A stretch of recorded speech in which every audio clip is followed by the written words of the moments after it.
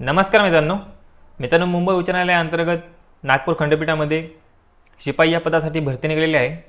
या भरतीसाठी ऑनलाईन अर्ज कसा भरायचा ती संपूर्ण माहिती आपण स्टेप बाय स्टेप या व्हिडिओमध्ये बघणार आहे। मित्रांनो, या भरतीसाठी क्वालिफिकेशन जर बघितलं तर 7वी पास उमेदवार या ठिकाणी फॉर्म भरू शकतात। म्हणजे कमीत कमी क्वालिफिकेशन तुमचं 7वी पास असं ठेवण्यात आलेलं आहे।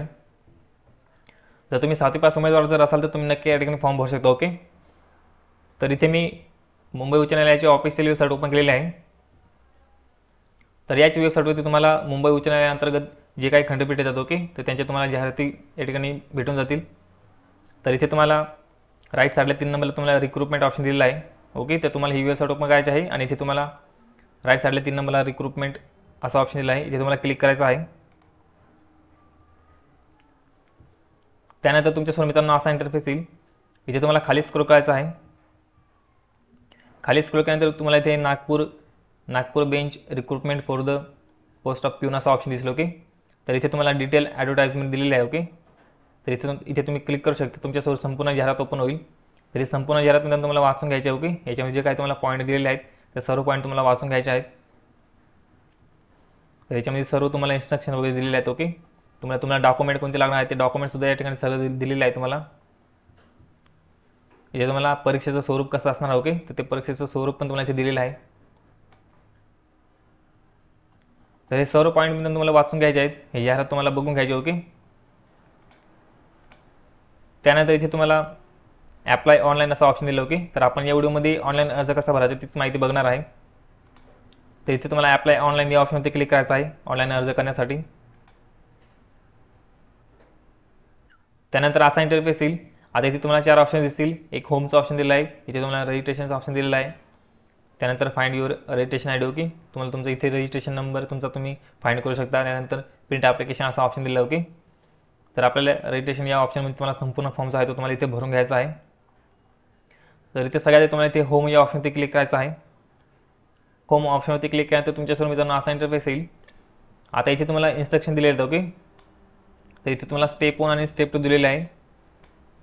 तर सगळ्यात तुम्हाला इथे लिंक दिलेली आहे, या लिंकवर तुम्हाला क्लिक करायचं आहे आणि तुम्हाला 50 रुपयाचं पेमेंट जे आहे ते तुम्हाला करून घ्यायचं आहे। ओके, तर हे नॉन रिफंडेबल जे पेमेंट आहे ते असणार आहे। तर तुम्हाला इथे सगळ्यात तुम्हाला पेमेंट करून घ्यायचं आहे। तर इथे तुम्हाला ही वेबसाईट दिलेली आहे। ओके, तुम्हाला ही वेबसाईट तुम्हाला इथे दिसत असेल, तर इथे तुम्हाला या वेबसाईटवर क्लिक करायचं आहे।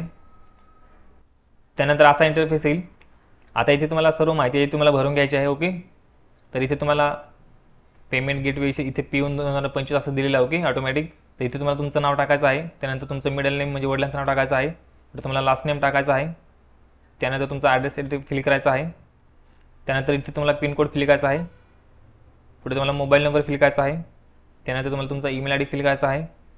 त्यानंतर तुम्हाला तुमची डेट ऑफ बर्थ या ठिकाणी फिल करायची आहे। त्यानंतर तुमचा आधार कार्ड नंबर या ठिकाणी फिल करायचा आहे। इथे तुम्हाला रजिस्ट्रेशन फी 50 रुपये ऑटोमॅटिक आलेला आहे। ओके, रिमार्कमध्ये तुम्ही मित्रांनो माहिती नाही भरली तर चालेल। तर इथे तुम्हाला एंटर युअर डिटेल्स, इथे तुम्हाला इंडिव्हिज्युअल। ओके, तर इंडिव्हिज्युअल ऑप्शन तुम्हाला क्लिक करायचं असंच ठेवायचं आहे। पुढे तुम्हाला नेम तुमचं नाव टाकायचं आहे, इथे तुमचं नाव टाका। त्यानंतर इथे तुमचा मोबाईल नंबर फिल करा, इथे तुमची डेट ऑफ बर्थ फिल करा। ओके, त्यानंतर तुम्हाला इथे ईमेल आय डी फिल करायचा आहे। ही सर्व माहिती भरल्यानंतर तुम्हाला इथे I have read and agree या ऑप्शनवरती क्लिक करायचं। ओके, इथे तुम्हाला हा कन्सेंट दिलेला आहे, या बॉक्सवरती क्लिक करायचा आहे आणि पुढे तुम्हाला हा कॅप्चा दिलेला आहे। ओके, तर हा कॅप्चा तुम्हाला इथे फिल करायचा आहे।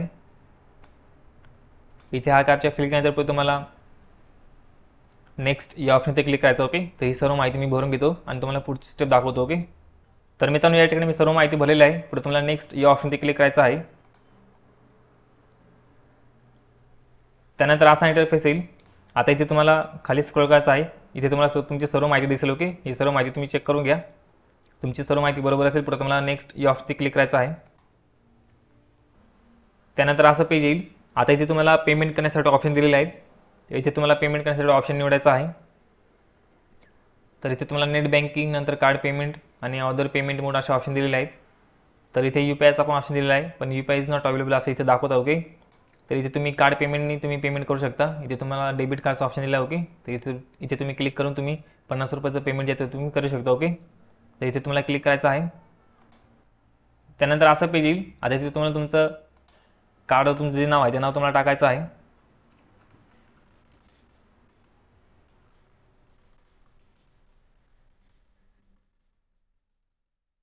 पुढे तुम्हाला तुमचा कार्ड नंबर फिल करायचा आहे.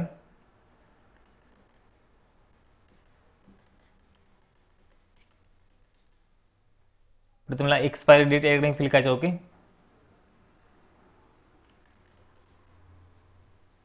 पुढे तुम्हाला CVV नंबर फिल करायचा आहे. सर्व माहिती भरल्यानंतर पुढे तुम्हाला पे या ऑप्शनवरती क्लिक करायचं आहे. पुढे असं पेज येईल. आता इथे तुम्हाला तुमचा OTP या ठिकाणी फिल करायचा आहे. तुमच्या मोबाईल नंबरवरती जो OTP आला असेल तो OTP फिल करा. त्यानंतर सबमिट या ऑप्शनवरती क्लिक करायचं आहे. सबमिट केल्यानंतर तुमचं पेमेंट विधान ऑटोमॅटिक कट होईल आणि तुमच्या समोर विधान असा इंटरफेस येईल. जे तुम्ही बघू शकता, your transaction has been successfully completed. Okay. तर असं तुम्हाला या ठिकाणी मेसेज दिसेल. तर इथे तुम्हाला मित्रांनो रेफरन्स नंबर दिसेल. ओके. तर हा रेफरन्स नंबर तुम्हाला फॉर्म भरताना लागणार आहे. हा रेफरन्स नंबर मित्रांनो तुम्ही फॉर्म भरताना एकाच फॉर्मसाठी यूज करू शकता. ओके. तर हा पॉईंट लक्षात ठेवायचा आहे. तर इथे तुम्हाला खाली स्क्रॉल करायचं आहे आणि इथे तुम्हाला प्रिंट ऑप्शन दिला. ओके. तर याची तुम्हाला प्रिंट काढून घ्यायची आहे. तर इथे तुम्हाला प्रिंट ऑप्शनवरती क्लिक करायचं आहे आणि इथे तुम्हाला सेव्ह ॲज PDF. ओके. ते सेव्ह ॲज PDF म्हणून तुम्हाला इथे सेव्ह करून ठेवायचं आहे. पेमेंट केल्यानंतर तुम्हाला परत ही वेबसाईट ओपन करायची आहे. इथे तुम्हाला आता रजिस्ट्रेशन या ऑप्शनवरती क्लिक करायचं आहे. आता मित्रांनो तुमचं पेमेंट जे सक्सेसफुल झालेलं आहे. ओके. तुम्हाला तो रेफरन्स नंबर फॉर्म भरताना लागणार आहे. तुम्हाला इथे आता रजिस्ट्रेशन या ऑप्शनवरती क्लिक करायचं आहे.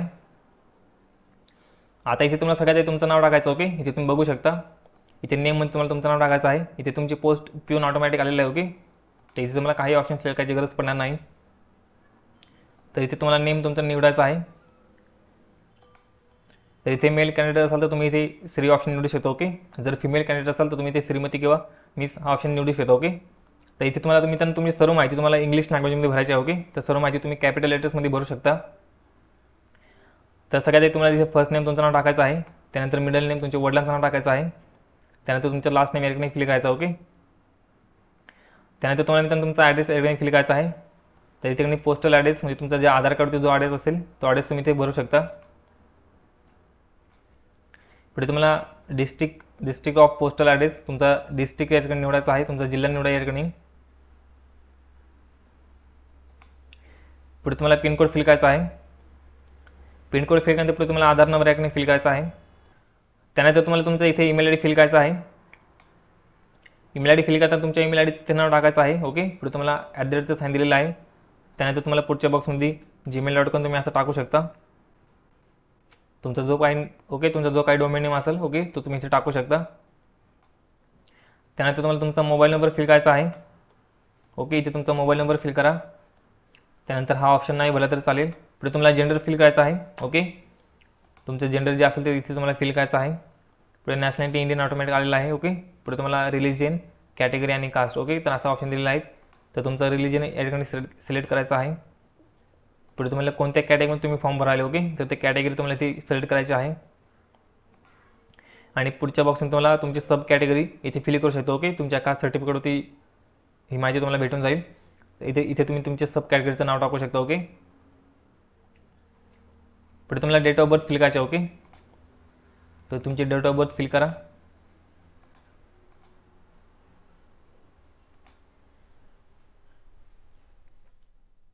पुढे तुम्हाला या ठिकाणी प्लेस ऑफ बर्थ तुमचं जन्म ठिकाण या ठिकाणी फिल करायचं आहे.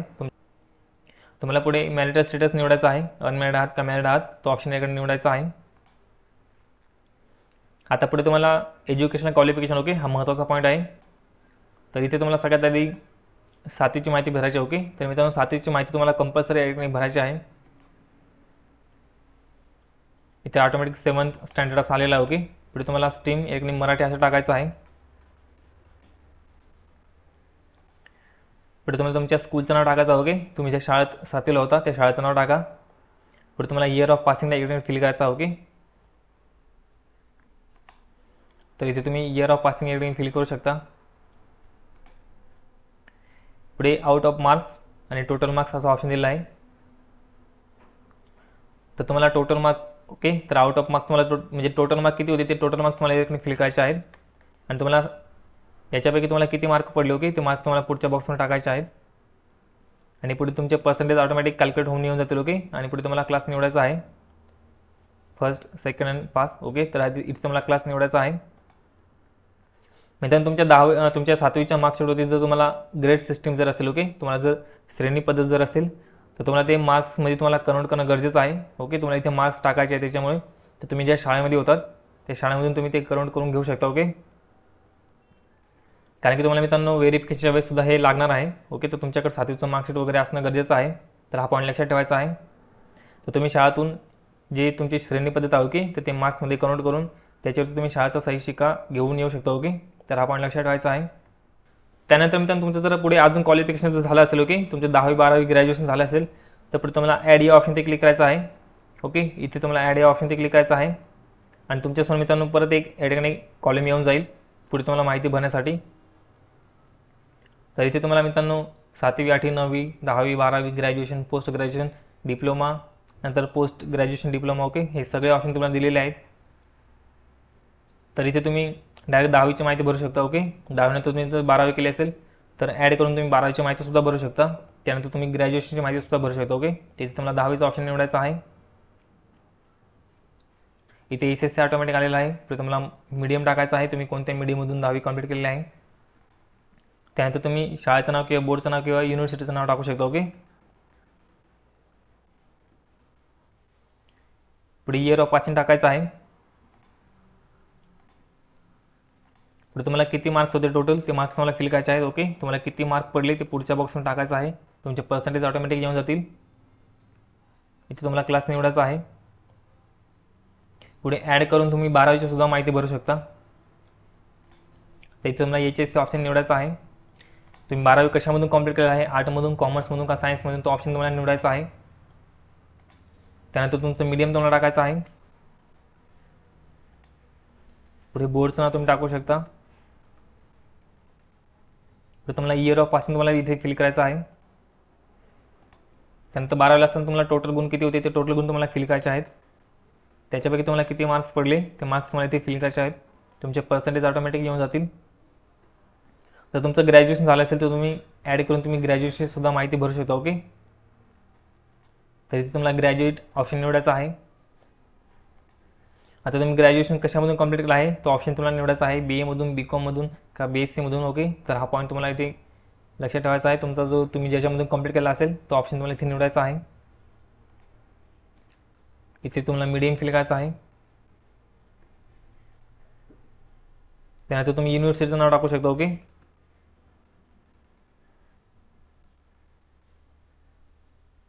पुढे तुम्ही कधी कंप्लीट झाले तो ऑप्शन निवडायचा आहे. इथे तुमचं इयर ऑफ पासिंग निवडायचं आहे. ओके, पुढे तुम्हाला जे टोटल गुण फिल करायचे आहेत. त्यानंतर तुम्हाला टोटल गुणांपैकी मित्रांनो किती मार्क्स पडले ते मार्क्स तुम्हाला फिल करायचे आहेत. तुमचे पर्सेंटेज मित्रांनो ऑटोमॅटिक येऊन जाते. ओके, तर अशा पद्धतीने तुम्हाला तुमचं क्वालिफिकेशन डिटेल्स माहिती भरायची आहे. ओके, तर हा पॉईंट लक्षात ठेवायचा आहे. आय होप तुम्हाला ही सर्व माहिती व्यवस्थित समजली असेल. आता पुढचा ऑप्शन बघा मित्रांनो, इथे तुम्हाला विचारलं आहे की is the candidate domicile of Maharashtra. तर इथे तुम्हाला येस ऑप्शन निवडायचा आहे. उमेदवार महाराष्ट्राचा रहिवासी असणं आवश्यक आहे. त्यानंतर लँग्वेज नो असा ऑप्शन दिलेला आहे. तर तुम्हाला कोणत्या लँग्वेज येतात ते ऑप्शन तुम्हाला इथे सिलेक्ट करायचं आहे. तर इथे तुम्हाला मराठी, हिंदी आणि इंग्लिश असे ऑप्शन दिलेले आहेत. तुम्हाला इंग्लिश येत असेल ओके, तर तुम्हाला इथे पण तुम्ही टिक करू शकता. त्यानंतर does candidate work any government department. तर तुम्ही एखाद्या गव्हर्नमेंट डिपार्टमेंटमध्ये जर काम करत असाल तर इथे तुम्ही येस किंवा ऑप्शन सिलेक्ट करू शकता. त्यानंतर whether candidate has enrol his her name at employment exchange. Okay, तर तुम्ही एखाद्या एम्प्लॉयमेंट एक्सचेंजमध्ये जर तुमचं नाव नोंदवलं असेल तर तुम्ही इथे माहिती देऊ शकता. जर नसेल नोंदवलेलं तर तुम्ही नो ऑप्शन सिलेक्ट करू शकता. ओके, त्यानंतर is there any criminal proceeding pending against the candidate. तर इथे तुम्हाला मित्रांनो क्रिमिनल केसबद्दल विचारलेलं आहे. तुमच्या अगेन्स्ट जर मित्रांनो कोर्टामध्ये एखादी केस वगैरे चालू असेल ओके, तुमच्यावर जर कंटिन्यू त्याच्यावरती डिपार्टमेंटची जर एन्क्वायरी वगैरे चालू असेल, तुम्हाला जर कंटिन्यू मित्रांनो कोर्टामध्ये जावं लागत असेल ओके, तर त्याच्याबद्दल तुम्हाला इथे माहिती विचारलेली आहे. तर तुमच्यावर जर क्रिमिनल केस वगैरे नसेल तर तुम्ही तिन्ही ठिकाणी नो ऑप्शन सिलेक्ट करू शकता. ओके, त्यानंतर पुढचा ऑप्शन बघा मित्रांनो, इथे तुम्हाला विचारलं आहे की whether permanently debar or disqualify by any court, MPSC, UPSC or any state service commission from appearing in any examination conducted by them. तर मित्रांनो ज्या सेंट्रल गव्हर्नमेंटच्या एक्झाम आहेत ओके, किंवा मग स्टेट गव्हर्नमेंटच्या एक्झाम आहेत त्याच्यामध्ये तुम्हाला जर परमनंटली डिबार केलं असेल तर इथे तुम्हाला ती माहिती विचारलेली आहे. तर तुम्हाला कोणत्या एक्झाममध्ये जर डिबार केलं नसेल तर इथे तुम्ही नो करू शकता. ओके, त्यानंतर पुढे तुम्ही येताना तुम्हाला name and address of 2 respectable persons who have issued character certificate to the candidate. Okay, तर मित्रांनो तुम्हाला इथे 2 व्यक्तींची नावं द्यायचे, तुम्हाला माहिती द्यायची आहे. त्यांचं नेम, ऑक्युपेशन, त्यांचा मोबाईल नंबर आणि त्यांचा ॲड्रेस. ज्या तुमच्या एरियामधले ज्या प्रतिष्ठित व्यक्ती असतील, ओके, जे तुम्हाला ओळखत असतील, ओके, तुम्हाला जे ओळखत असतील तर त्यांची तुम्हाला इथे माहिती द्यायची आहे. आणि तुम्हाला मित्रांनो कॅरेक्टर सर्टिफिकेटसुद्धा लागणार आहे. ओके, तर हा पॉईंट लक्षात ठेवायचा आहे. हे तुम्ही जवळच्या पोलीस स्टेशनमधून हे सर्टिफिकेट तुम्ही काढून घेऊ शकता. ओके, तर इथे तुम्हाला 2 व्यक्तींची माहिती द्यायची आहे. त्यांचं नाव, ते काय व्यवसाय करतात, ऑक्युपेशन तुम्हाला टाकायचं आहे. त्यानंतर सेल नंबर द्यायचा आहे. ओके, म्हणजे मोबाईल नंबर आणि त्यांचा ॲड्रेस द्यायचा आहे. ही माहिती भरल्यानंतर त्यानंतर पुढचा पॉईंट बघा मित्रांनो, इथे तुम्हाला इम्पॉर्टंट नोट दिलेला आहे. तर मित्रांनो इथे तुम्हाला ही वेबसाईट दिलेली आहे पेमेंट करण्यासाठी. तर आपण व्हिडिओच्या आधीच सुरुवातीलाच बघितलं होतं की पेमेंट कशा पद्धतीने करायचं आहे. ओके, जर तुम्ही पेमेंट केलं नसेल तर तुम्ही इथून सुद्धा पेमेंट करू शकता. ओके, तर हा पॉईंट लक्षात ठेवायचा आहे. तर आपण आधीच त्या ठिकाणी पेमेंट केलेलं आहे, तर आपण आता इथे पेमेंट करणार नाही. ओके, तर हा पॉईंट लक्षात ठेवायचा आहे. त्यानंतर फी डिटेल्स इथे विचारलेलं आहे. पेमेंट गेटवे इथे SBI कलेक्ट ऑटोमॅटिक आलेला आहे. त्यानंतर payment type E payment automatic आलेला आहे. आता इथे तुम्हाला मित्रांनो SBI collect reference number, okay, तर हा रेफरन्स नंबर तुम्हाला इथे फिल करायचा आहे. जेव्हा आपण मित्रांनो पेमेंट केलं होतं, ओके, स्टार्टिंगला, तेव्हा तुम्हाला मी रेफरन्स नंबर दाखवला होता किंवा तुम्ही जी प्रिंट सेव्ह करून ठेवली असेल त्याच्यावर तुम्हाला तुमचा रेफरन्स नंबर भेटून जाईल. ओके, तर तो रेफरन्स नंबर तुम्हाला इथे फिल करायचा आहे. रेफरन्स नंबर फिल केल्यानंतर तुम्हाला पेमेंट डेट इथे विचारलेलं आहे. ओके, तर तुमच्या प्रिंटवरती जी डेट असेल ती डेट तुम्ही इथे देऊ शकता. ओके, तर मित्रांनो तुम्ही जर काल पेमेंट केलं असेल, ओके, आणि तुम्ही जर फॉर्म आज भरत असाल तर तुम्हाला इथे पेमेंटची डेट तुम्हाला कालची डेट टाकावं लागेल. ओके, तर ही तुमच्या प्रिंटवरती तुम्हाला डेट भेटून जाईल. त्यानंतर इथे अमाऊंट 50 रुपये आलेला आहे.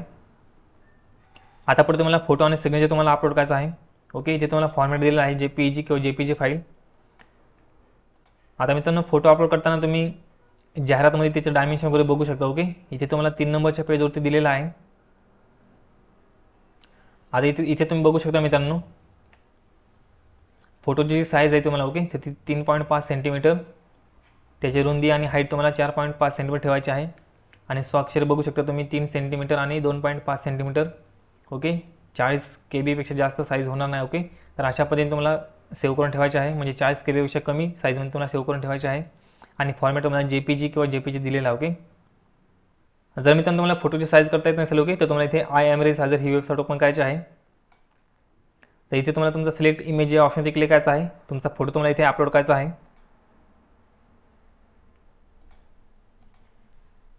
फोटो अपलोड केल्यानंतर पुढे तुम्हाला इथे राईट साईडला ऑप्शन दिले आहेत. ओके, तर राईट साईडला तुम्हाला इथे ऑप्शन दिसतील.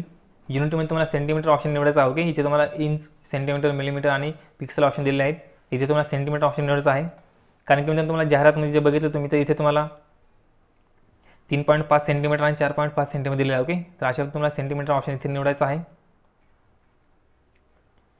त्यानंतर तुम्हाला इथे विड्थ 3.5 सेंटीमीटर टाकायचे. ओके, आणि पुढे तुम्हाला हाईट 4.5 सेंटीमीटर टाकायचे आहे.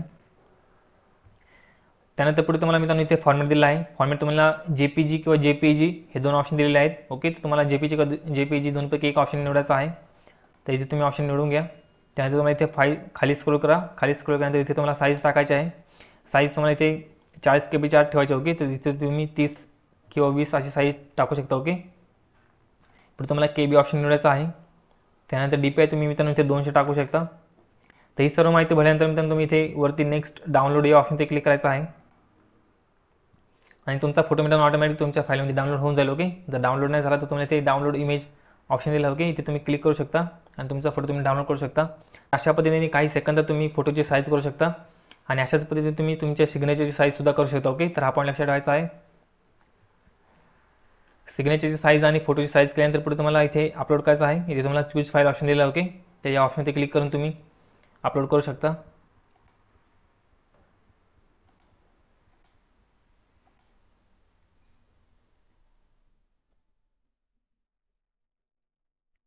फोटो अपलोड केल्यानंतर पुढे तुम्ही सिग्नेचर इथे चूज फाईल या ऑप्शनवरती क्लिक करून तुम्ही तुमचे साईनसुद्धा अपलोड करू शकता.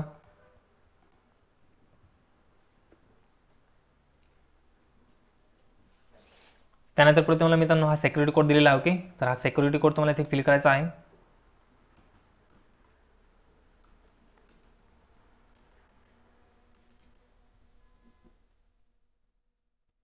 आता पुढे तुम्हाला मित्रांनो इथे आय ॲग्री ऑप्शन दिला. ओके, तर आय ॲग्री या ऑप्शन तुम्हाला क्लिक करायचा आहे. आय ॲग्री या ऑप्शनवरती क्लिक केल्यानंतर तुमच्यासमोर मित्रांनो अशा पद्धतीने माहिती दिसेल. आता इथे तुम्हाला मित्रांनो तुमचा संपूर्ण फॉर्म चेक करून घ्यायचा आहे आणि नंतरच तुम्हाला आय ॲग्री या ऑप्शनवरती क्लिक करायचा. ओके, कारण तुम्ही एकदा का फॉर्म सबमिट केला तर तुम्हाला कोणत्याही पद्धतीने एडिट करता येणार नाही. त्याच्यामुळे तुम्हाला संपूर्ण फॉर्म चेक करून घ्यायचा आहे आणि नंतरच तुम्हाला आय ॲग्री या ऑप्शनवरती क्लिक करायचं आहे. ओके, तर पुढे तुम्हाला तुमची क्वालिफिकेशन डिटेल्स माहिती दिसेल. इथे तुम्हाला सर्व तुमचे मार्क्स दिसतील. ओके, तर इथे तुम्हाला ओके ऑप्शनवरती क्लिक करायचं आहे. त्यानंतर तुम्हाला तुमची जन्मतारीख दिसेल. इथे तुम्हाला ओके ऑप्शनवरती क्लिक करायचं आहे. त्यानंतर once you agree no changes will be permissible in registration application form. Okay, तुम्हाला इथे ओके केल्यानंतर तुम्हाला कोणत्याही पद्धतीने एडिट करता नाही ओके, तर आपण लक्षात ठेवायचं आहे. तर इथे तुम्हाला ओके ऑप्शनवरती क्लिक करायचं आहे. त्यानंतर तुमच्यासमोर असा इंटरफेस येईल. आता इथे तुम्हाला रजिस्ट्रेशन सक्सेसफुल असा मेसेज दिसेल. ओके, आणि खाली तुम्हाला रजिस्ट्रेशन नंबर दिलेला आहे. तर हा रजिस्ट्रेशन नंबर तुम्हाला कॉपी करून घ्यायचा आहे किंवा याचा तुम्ही फोटोसुद्धा काढून घ्या. ओके, हा रजिस्ट्रेशन नंबर तुम्हाला मित्रांनो पुढील प्रोसेससाठी लागणार आहे, तर आपण लक्षात ठेवायचा आहे. तर इथे तुम्हाला हा कॉपी करून घ्यायचा आहे आणि इथे तुम्हाला मित्रांनो प्रिंट ॲप्लिकेशन. ओके, इथे क्लिक करायचं आहे. इथे तुम्हाला हा रजिस्ट्रेशन नंबर जो तुम्हाला आता तुम्ही जो कॉपी केला होता ओके, तुम्हाला इथे पेस्ट करायचा आहे आणि इथे तुम्हाला तुमची डेट ऑफ बर्थ फिल करायची आहे.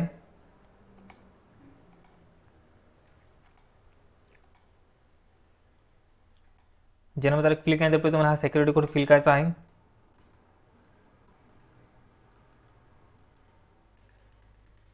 आणि पुढे तुम्हाला जनरेट या ऑप्शनवरती क्लिक करायचं आहे. ओके, जनरेट या ऑप्शनवरती क्लिक केल्यानंतर तुमच्यासमोर मित्रांनो तुमचा जो फॉर्म आहे ओके, तो ऑटोमॅटिक या ठिकाणी डाउनलोड झालेला आहे. तर इथे तुम्ही बघू शकता ॲप्लिकेशन. ओके, जर तुम्हाला तुमचा रजिस्ट्रेशन नंबर जर फाइंड करायचा असेल ओके, तर इथे तुम्हाला फाइंड युअर रजिस्ट्रेशन ID 3 नंबरला ऑप्शन दिलेला आहे. ओके, तर इथे तुम्हाला क्लिक करायचं आहे. तर इथे तुम्हाला तुमचा मेल ID फिल करायचा आहे. त्यानंतर तुमचा मोबाईल नंबर फिल करा. पुढे तुमची डेट ऑफ बर्थ या ठिकाणी सिलेक्ट करा आणि हा कॅप्चा तुम्हाला इथे या खाली बॉक्समध्ये तुम्हाला फिल करायचा आहे आणि पुढे तुम्हाला शो ऑप्शनवरती क्लिक करायचं आहे.